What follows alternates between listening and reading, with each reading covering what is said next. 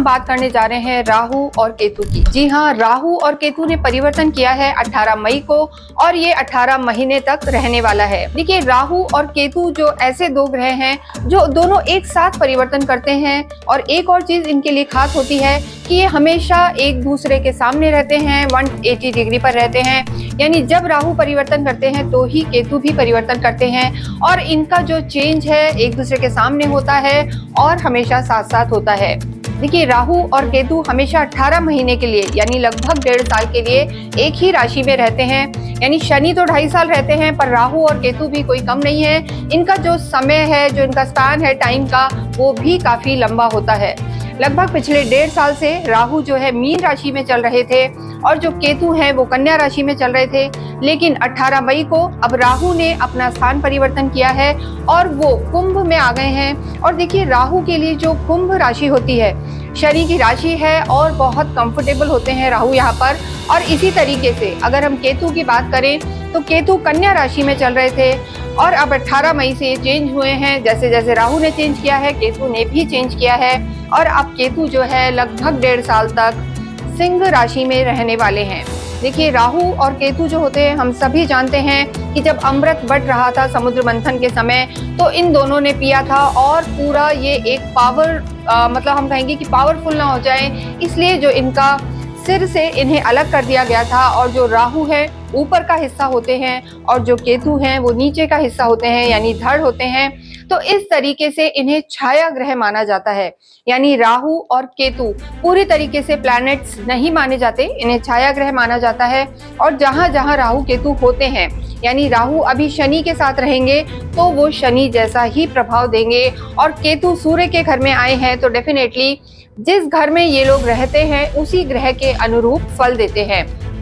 तो देखिए, राहु और केतु एक बहुत बड़ा ट्रांजिट माना जाता है, और हम देख रहे हैं कि जैसे अभी विश्व के हालात बने हुए हैं, हर तरफ लड़ाई है, चाहे हम रशिया यूक्रेन की देखें, चाहे इंडिया पाकिस्तान की देखें या इजराइल गाजा की देखें, तो ओवरऑल एक राहु और केतु जब भी गोचर में आते हैं या जब भी स्थान परिवर्तन करते हैं तो कुछ ऐसा माहौल हो जाता है, क्योंकि कहीं ना कहीं राहु केतु जो हम कहेंगे एडी से रिलेटेड है, वेपन से रिलेटेड है, टेक्नोलॉजी से रिलेटेड है। तो इस तरीके से जो इनका प्रभाव है पूरे विश्व पर हमें दिखाई देगा।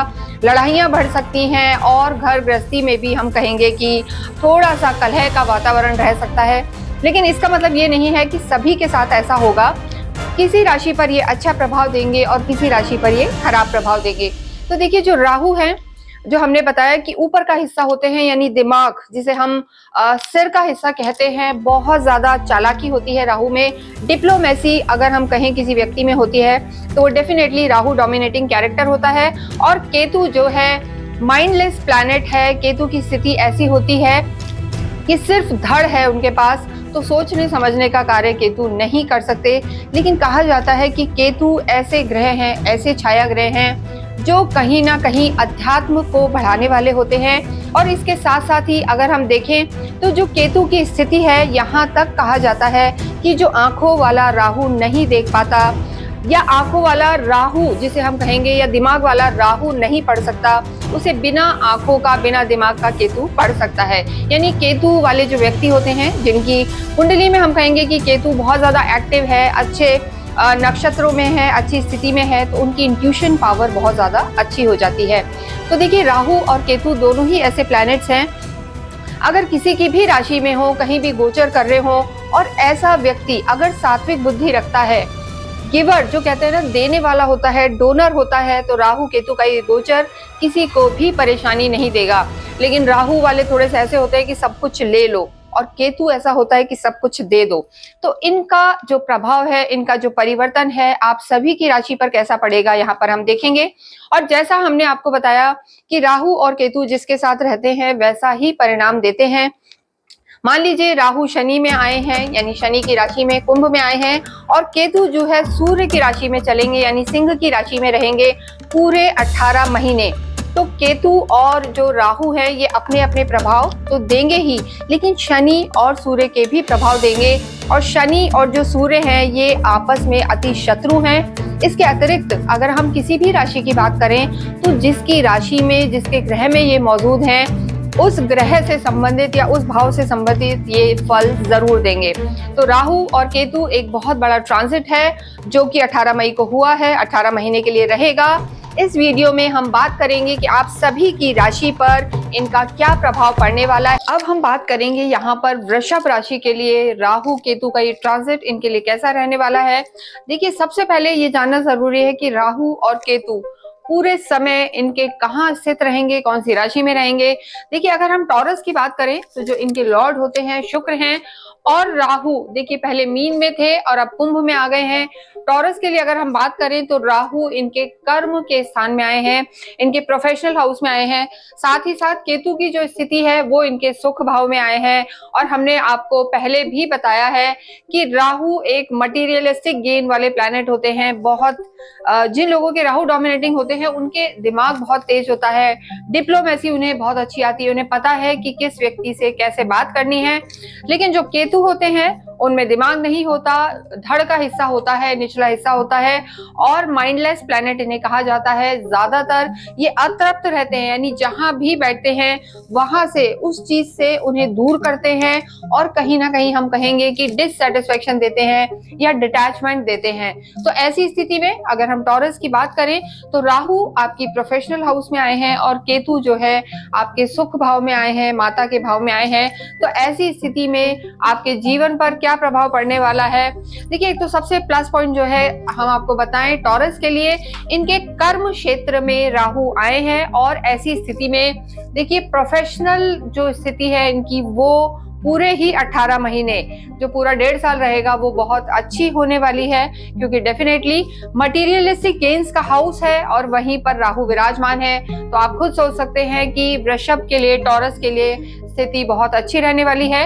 अगर हम इनकी दृष्टियों की बात करें तो देखिए, सबसे पहले जो इनकी 5th दृष्टि है आपके धन भाव पर है, फिर आपके सुख भाव पर है और यहाँ पर आपके 6th हाउस में है, यानी जो कहीं ना कहीं रोग ऋण शत्रु का हाउस होता है वहां भी राहु देख रहे हैं। उपचय भाव है ये वाला भी जो हम कहेंगे। तो ऐसी स्थिति में राहु आपके जीवन पर क्या क्या प्रभाव डालेंगे ये हम यहाँ पर देखते हैं। और राहु और केतु हमेशा एक दूसरे के सामने होते हैं, छाया ग्रह होते हैं, 180 डिग्री पर रहते हैं और इकट्ठे ही अपना स्थान परिवर्तन करते हैं। तो इसका सबसे पहले हम देखेंगे आपके स्वास्थ्य पर क्या असर पड़ने वाला है।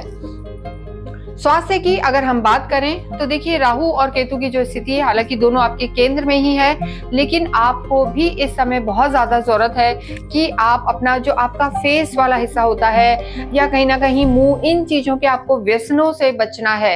यानी गलत तरीके की चीजें नहीं खानी पीनी है। नॉन वेज ड्रिंक, अगर कुछ लोग तामसिक चीजों का हम कहेंगे कि सेवन करते हैं तो उन्हें उससे बचना होगा, क्योंकि ये जो हिस्सा होता है आपकी कहीं ना कहीं वाणी का भी होता है, मुख का भी होता है। और ऐसे में आपको एक तो आईज का ध्यान रखना है, अपनी आंखों को लेके केयरफुल रहें, इसके साथ साथ अपने जो दांत हैं उनको लेकर भी केयरफुल रहें। और पेट की समस्या भी इन पूरे 1.5 साल में आपको बनी रह सकती है। अन्यथा कोई बहुत मेजर डिजीज हम नहीं कहेंगे, लेकिन केतु की जो स्थिति है ये थोड़ा सा मानसिक तनाव आपको दे सकती हैं।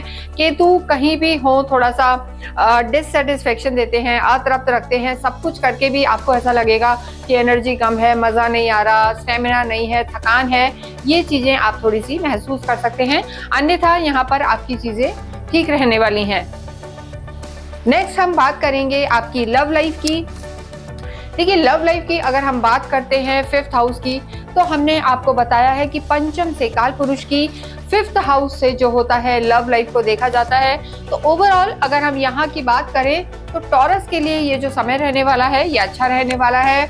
देखिए, राहु केतु के लिए जो बुध भी एक ऐसे प्लैनेट होते हैं जो काफी उनको सपोर्टिव भी होते हैं और चीजों को बढ़ाने वाले भी होते हैं। तो राहु यहाँ पर आपको देखिए मतलब एक चीज का ध्यान रखना है कि लॉयल रहना है, अन्यथा आपकी जो लव लाइफ है बेटर रह सकती है। अगर लॉयल नहीं रहते तो यहाँ पर खराब हो सकती है। किसी तीसरे व्यक्ति का थोड़ा सा जो हम कहेंगे इंटरफेरेंस बढ़ सकता है, उस वजह से आपकी लव लाइफ में दिक्कत आ सकती है। अन्यथा आप दोनों समय भी व्यतीत करेंगे, आपका पार्टनर आपको समझेगा भी। तो ओवरऑल अगर हम देखें स्थिति टॉरस के लिए, वृषभ राशि के लिए रिश्तों को लेके, लव लाइफ को लेके यहाँ पर अच्छी रहने वाली है। लेकिन बीच में कभी ऐसा हो सकता है कुछ समय बाद, क्योंकि देखिए ये तो 18 मई को अभी बदले हैं, 18 महीने तक चलेंगे, लेकिन जो इसका धीरे धीरे प्रभाव आना स्टार्ट होगा वो लगभग 29-30 मई से आना स्टार्ट होगा। वो 10 दिन अभी है और उसके बाद जैसे जैसे समय निकलेगा पूरा प्रभाव आप 40 दिन के बाद महसूस करेंगे, और तब आप महसूस करेंगे कि आप अपने पार्टनर को समय नहीं दे पा रहे। ऐसी स्थिति टॉरस के साथ रह सकती है। थोड़ा बिजी हो सकते हैं क्योंकि केतु आपके सुख भाव में है और ये इस समय आपको थोड़ा कंफर्ट से दूर करेंगे, यानी जहां आपको सुख मिल रहा है वहां से थोड़ा दूर लेके जाएंगे, तभी आपके करियर में सक्सेस मिलेगी। तो कर्म प्रधान ये राहु है आपके, और कर्म प्रधान रहेंगे तो आपका जीवन आपको बहुत सफलता की तरफ लेके जाएगा। ये बात वृषभ के लिए पक्की है।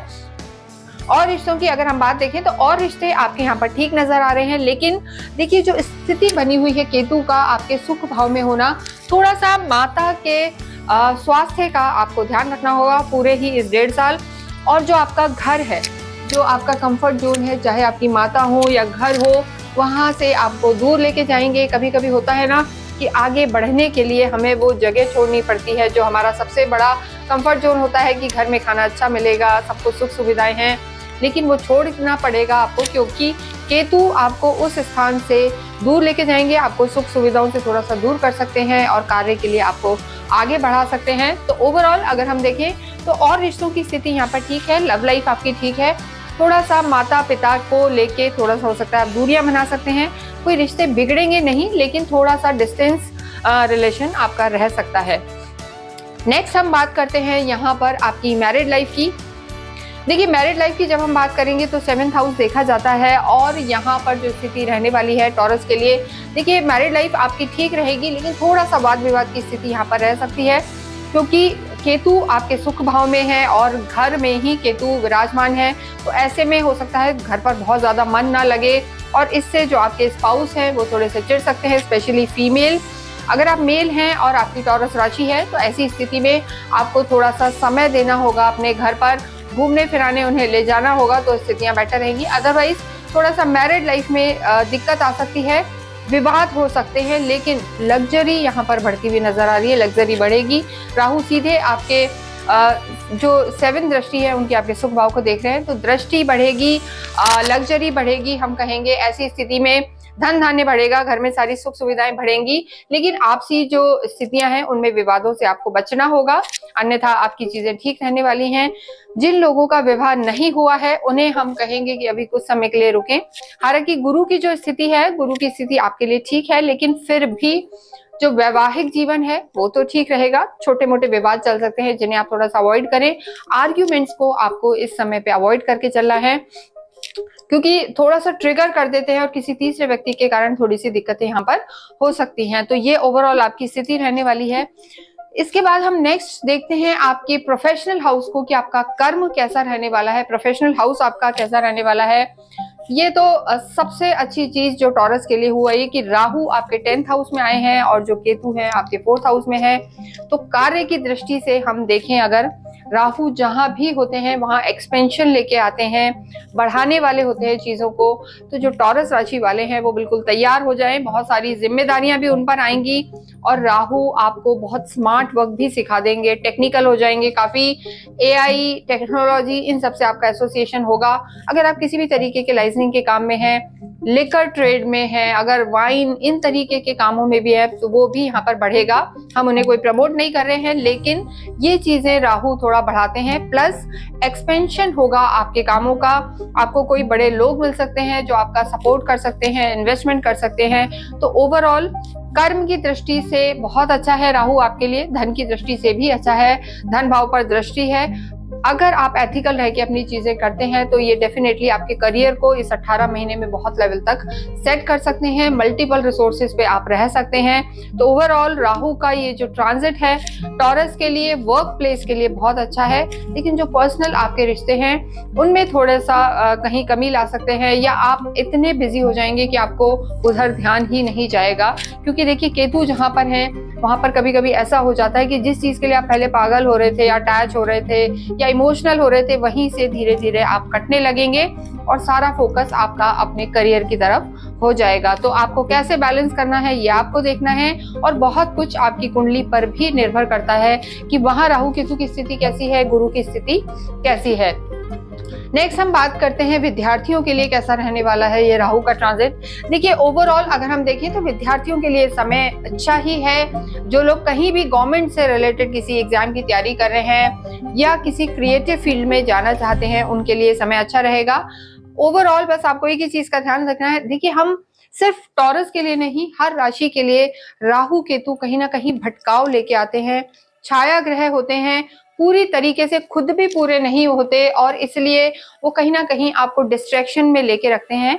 तो ऐसी स्थिति में आपको थोड़ा सा फोकस होकर चलना है तो आपके रिजल्ट्स अच्छे रहेंगे। गलत संगति को आपको अवॉइड करना है तो चीजें आपकी बेहतर रहेंगी। और अगर हम देखते हैं कि अध्यात्म की दृष्टि से और आपके भाग्य की दृष्टि से, तो देखिए आध्यात्मिक बहुत ज्यादा यहाँ पर चीजें बढ़ती हुई नहीं लग रही है। हालांकि केतु आपके 4th हाउस में है, तो केतु जब भी यहाँ होते हैं एक गुरु हैं, गुरु अगर यहाँ होते हैं तो आपके अध्यात्म को, धर्म को बढ़ाने वाले होते हैं। लेकिन यहाँ केतु का होना थोड़ा सा डिससेटिस्फेक्शन आपका बढ़ा सकता है, मन नहीं लगना ऐसा हो सकता है। कोशिश करेंगे पूजा पाठ की, यात्राएं भी होंगी, लेकिन उतना जो हम कहेंगे ध्यान इस समय धर्म की तरफ नजर नहीं आ रहा। यहाँ तो इस समय जो आपका हम कहेंगे पूरा ध्यान ओवरऑल आपके करियर की तरफ है, पैसों की तरफ है, और कहीं ना कहीं आपको एंसेस्ट्रल प्रॉपर्टी यानी जिन लोगों की प्रॉपर्टी को लेके चीजें चल रही थी वहां से भी वृषभ राशि वालों को लाभ हो सकता है। तो धर्म रहेगा लेकिन क्षणिक धर्म रहेगा, यानी बहुत ज्यादा लंबे स्पैन में या बहुत ज्यादा टाइम आप हम कहेंगे अध्यात्म की तरफ नजर नहीं आ रहा है। भाग्य आपका डेफिनेटली साथ देगा, भाग्य की स्थिति बहुत प्रबल है। देखिए अभी टॉरस पे ना तो कोई हम कहेंगे 2.5 साल तक शनि के कोई मैलेफिक इफेक्ट्स हैं। शनि की स्थिति भी आपके जो हम कहेंगे 11th हाउस पर है, तो काफी अच्छी स्थिति बनी हुई है। कर्म में राहु है, आपकी स्किल्स बहुत डेवलप हो जाएंगी, माइंडली काफी एक्टिव हो जाएंगे और इंटेलेक्चुअल हो जाएंगे, स्मार्ट वर्क करेंगे, तो चीजों को काफी जल्दी आप मैनेज कर लेंगे। सिर्फ आपको एक चीज का ध्यान रखना है कि केतु का जो एस्पेक्ट है टुवर्ड्स योर वर्क और जो आपकी फीलिंग्स हैं, इमोशंस हैं, इनको थोड़ा सा आपको सेटल करके चलना है। यानी हमें कहते हैं ना कि उड़ने के लिए जमीन छोड़नी पड़ती है, तो यही स्थिति आपके साथ भी है। तो पर्सनल चीजों में नहीं अटकेंगे तो ये ओवरऑल समय आपके लिए बहुत अच्छा रहेगा। लेकिन तालमेल बिठाएं परिवार के साथ भी और अपनी गर्लफ्रेंड के साथ भी और अपनी पत्नी के साथ भी। तो ओवरऑल ये ट्रांजिट अच्छा रहने वाला है। भाग्य आपका भरपूर साथ देगा क्योंकि आपके लिए अभी शुक्र की स्थिति जो आपके लॉर्ड है उनकी स्थिति भी अच्छी है, शनि की स्थिति भी अच्छी है और गुरु की दृष्टि भी अच्छी रहने वाली है। रिश्तों को आपको संभालना है। पूरे ही इस गोचर में आपको अवश्य ही शिव पार्वती की पूजा करनी है। शिव परिवार के मंदिर जाएं, वहां जल चढ़ाएं।